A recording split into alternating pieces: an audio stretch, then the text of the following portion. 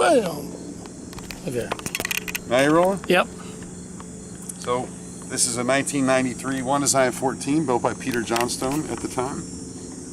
It was built by another builder or two after that, but it was an International 14 dinghy, One Design and frozen in its state. And they used these for a Grand Prix tour on TV around the country with guys like Cam Lewis and Paul Kayard, and maybe not Paul Kayard, but some superstars of sailing. And I picked this one up from a friend down in Detroit a few years ago, and it's a pretty wild boat.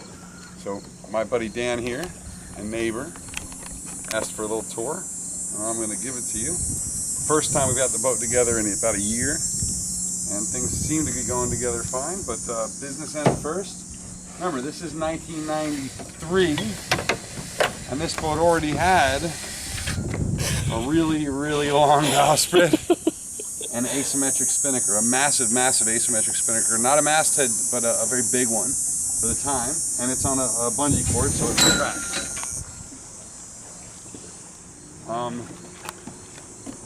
Also 93, a little early, but roller furling jib. This thing has a big Genoa, actually an overlapping Genoa, which makes it fabulous in light air.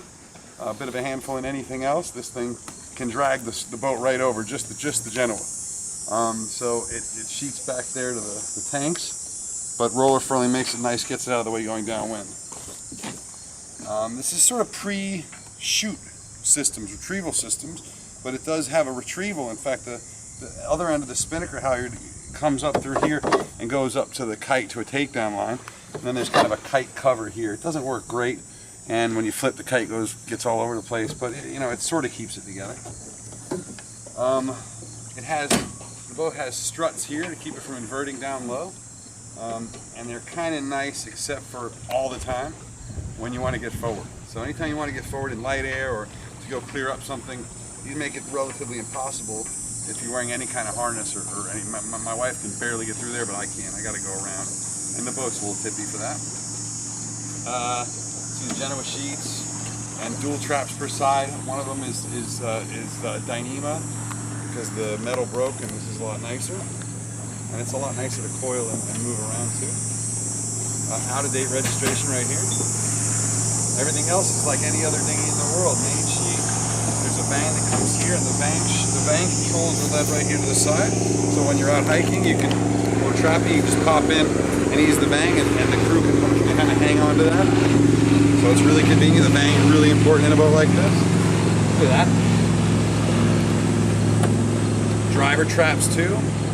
I'm not great on a trap. I'm a little ungainly, but I love looking at the wife out there in a bikini and a harness.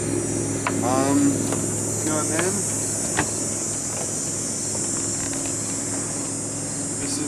this is the Mr. Clean bottom job. So I took a nice chunk out of that, and that's my repair. But it's a pretty conventional dagger board.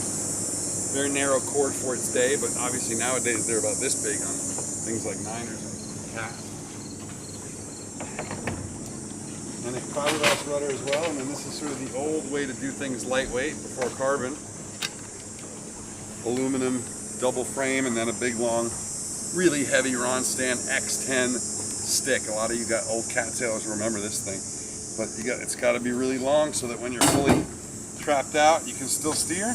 But then in the jives and stuff, you have to really flip it through, or else it gets caught, it's bent, broken. That's it. That's my tour for Keep Turning Left. Special from Mr. Clean's house.